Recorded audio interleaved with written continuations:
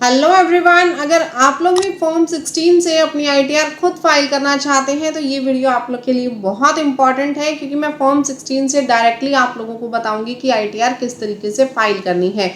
ITR file करने के लिए सबसे पहले इनकम टैक्स पोर्टल पे आप लोगों को लॉगिन कर लेना है। लॉगिन करने के बाद आप जाएंगे ई फाइल पे, इनकम टैक्स रिटर्न पे, फाइल इनकम टैक्स रिटर्न्स पे।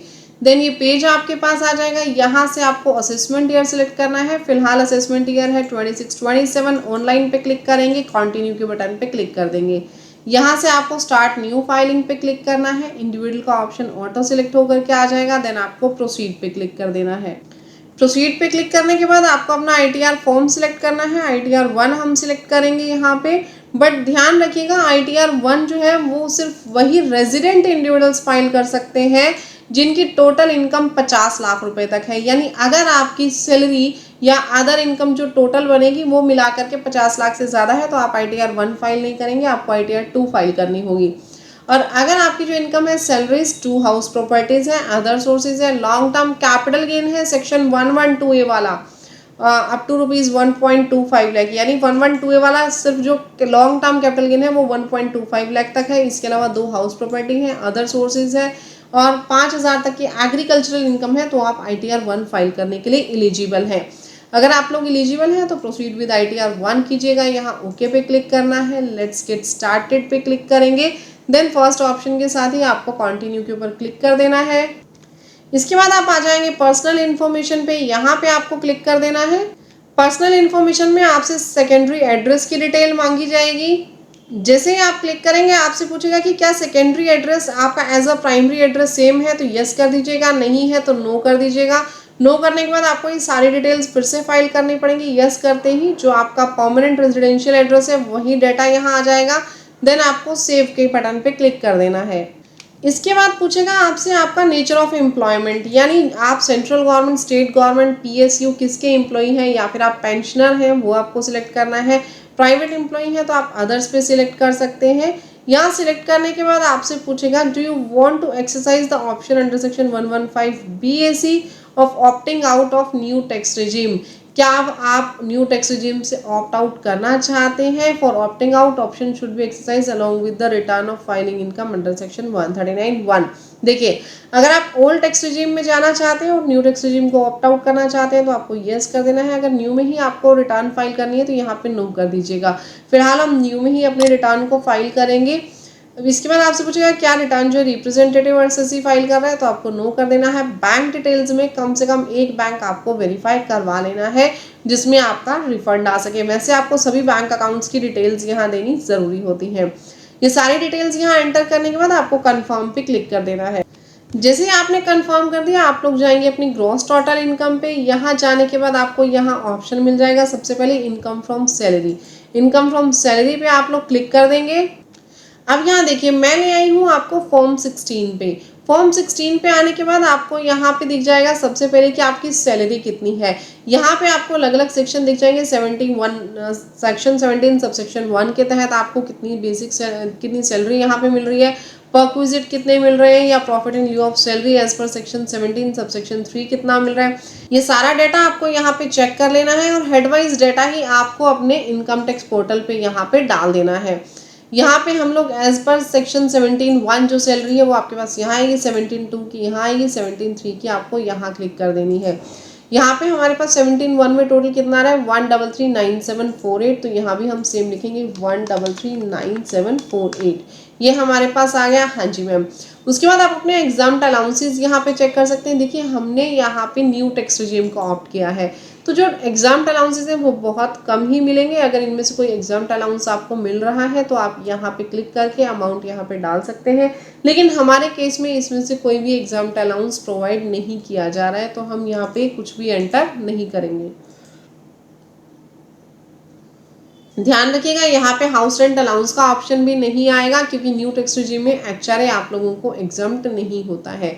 ये सारी डिटेल्स डालने के बाद आपको यहाँ पे सेव के बटन पे क्लिक कर देना है। बाकी आपको अपना फॉर्म 16 भी चेक कर लेना है कि इस तरीके की कोई भी एग्जाम्प्ट इनकम आपके फॉर्म 16 के अंदर नहीं दिख रही है।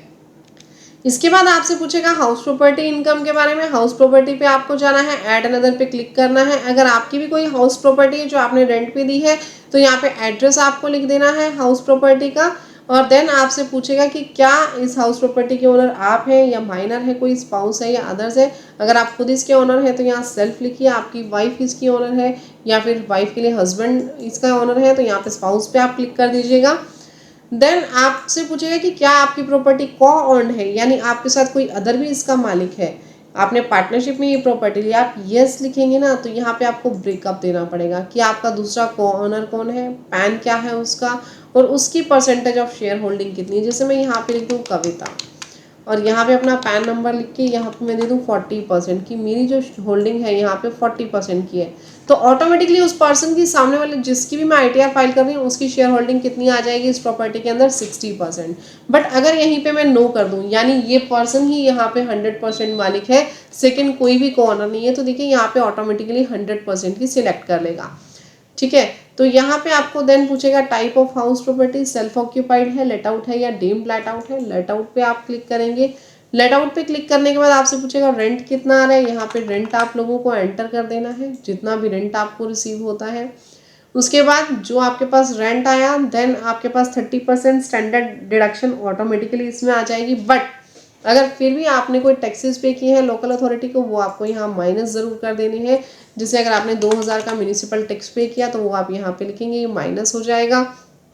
इंटरेस्ट ऑन बोरोड कैपिटल उसकी डिडक्शन आप यहाँ ले सकते हैं, ये आपका यहाँ से लेस हो जाएगा। बट ध्यान रखिएगा इंटरेस्ट ऑन बोरोड कैपिटल आपके पास अदर किसी इनकम में से लेस नहीं होगा। जितना आपके पास हाउस प्रॉपर्टी की इनकम आ रही है जैसे 40,600 आ रही है वहाँ तक आपको इसकी डिडक्शन जो है वो मिल जाएगी, उससे ज़्यादा नहीं मिलेगी। लोन आपने अगर इसका इंटरेस्ट का एग्जाम्पशन लेना है तो ध्यान रखिए बहुत सारी डिटेल्स आपको यहाँ देनी पड़ेंगी। सबसे पहले तो आपको यहाँ पे सिलेक्ट करना पड़ेगा कि आपने बैंक लिया या फिर अदर किसी बैंक अदर देन बैंक किसी इंस्टीट्यूशन से लोन लिया है। देन आपसे पूछेगा कि नेम ऑफ बैंक क्या है या इंस्टीट्यूशन क्या है वो आपको बताना है, लोन अकाउंट नंबर बताना है, date of sanction of loan आप डालेंगे, टोटल अमाउंट ऑफ लोन डालेंगे, जितना आउटस्टैंडिंग लोन है लास्ट ईयर पे लास्ट फाइनेंशियल डेट पे यानी 31 मार्च 2026 पे वो अमाउंट डालनी है। इंटरेस्ट आपको एंटर करना है। सभी डिटेल्स डालने के बाद आपको यहाँ पे सेव के बटन पे क्लिक कर देना है। देखिए अगर आप ये अमाउंट्स नहीं डालेंगे तो 24 वीक की डिडक्शन आप लोग क्लेम नहीं कर पाएंगे।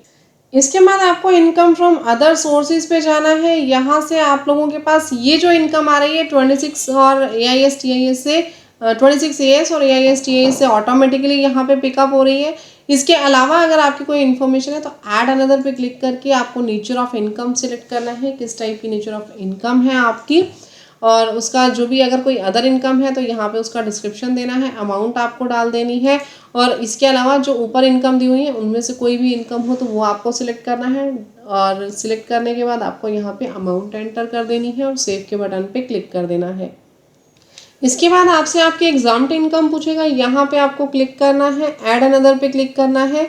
जो भी आपकी एग्जाम्प्ट इनकम है जैसे एग्रीकल्चरल से रिलेटेड है तो सब कैटेगरी भी आपको अब सिलेक्ट करनी होगी, लेकिन ध्यान रखिएगा 5000 से कम या उसके इक्वल ही आप एग्रीकल्चरल इनकम यहाँ दिखा सकते हैं क्योंकि हमने ITR 1 को सिलेक्ट किया है। इसके अलावा अगर आपके पास कोई अदर इनकम है तो वो आपको यहाँ से सिलेक्ट करनी है। अगर आपके पास कोई पैसा आया जो कि LIC से, NPS से, PF से, सुकन्या समृद्धि से या कोई सीनियर सिटीजन माइनर्स का पैसा है, जो भी पैसा आपके पास रिसीव हुआ उसकी सब कैटेगरी भी आपको अब सिलेक्ट करनी है यहाँ पे। देन ये सिलेक्ट करने के बाद आपको अमाउंट लिख देनी है, ये पैसा आपका एग्जाम्प्ट होगा। इनके अलावा कोई है आप एनी अदर इनकम्स में जा सकते हैं, उसका भी आपको यहाँ पे सिलेक्ट करना होगा कि ये पैसा कौन सा है।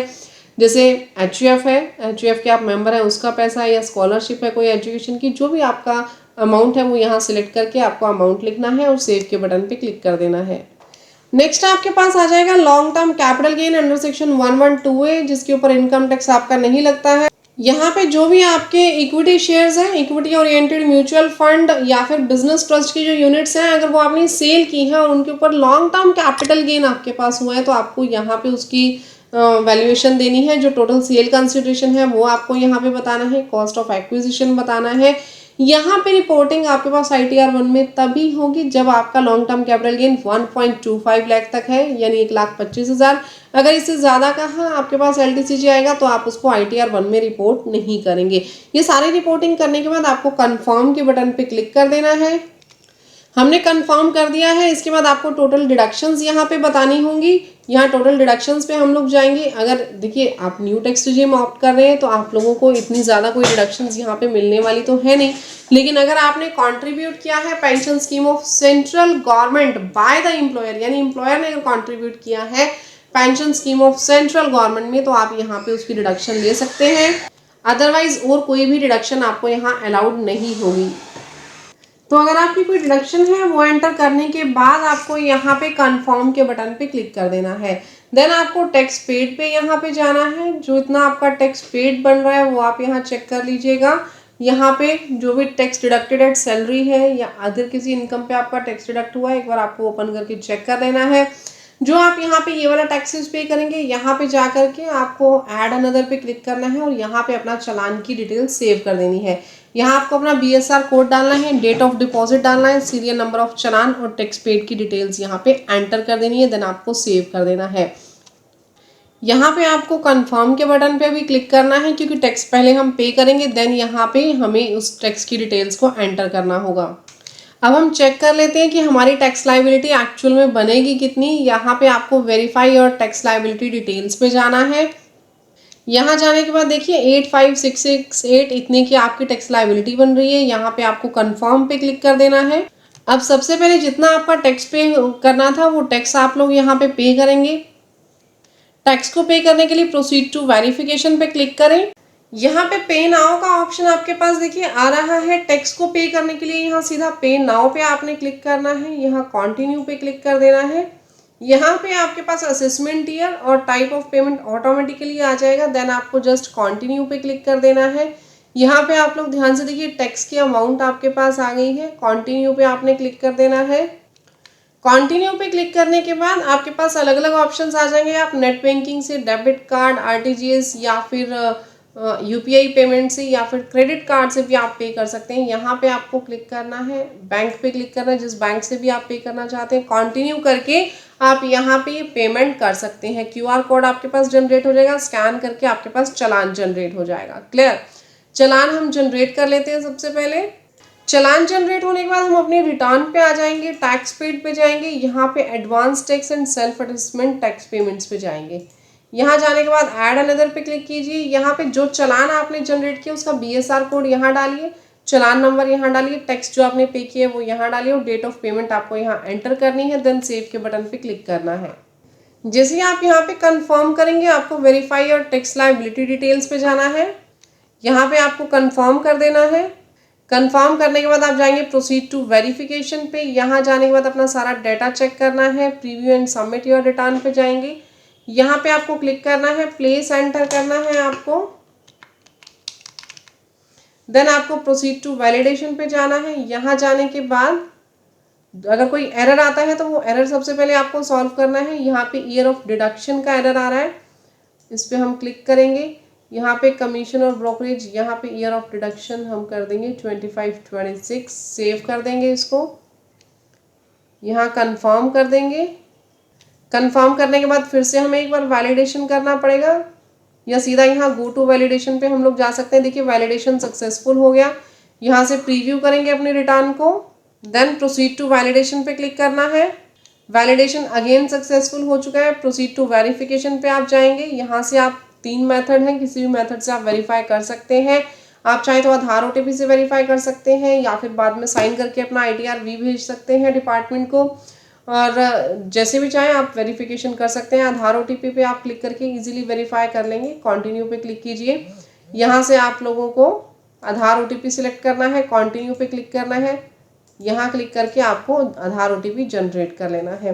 तो गाइज बिल्कुल इजी प्रोसेस है, इजीली आप लोग अपने रिटर्न फाइल कर सकते हैं। यहाँ OTP एंटर करके वैलिडेट के बटन पे क्लिक करना है, आपका OTP वेरीफाई हो जाएगा। तो गाइज अगर आपको रिटर्न फाइलिंग मेथड हमारा समझ में आया हो, वीडियो अच्छी लगे तो वीडियो को लाइक, चैनल को सब्सक्राइब जरूर कीजिएगा। और अगर आप इससे भी अच्छी इन्फॉर्मेशन चाहते हैं तो हम आपको इससे भी और अच्छी वीडियोस बना करके देंगे। आप हमें कमेंट सेक्शन में बताइए आप ITR की कौन सी ऐसी चीज़ें हैं जो आप हमसे सीखना चाहते हैं। मिलते हैं गाइज नेक्स्ट वीडियो में, तब तक के लिए thank you, bye bye, take care everyone.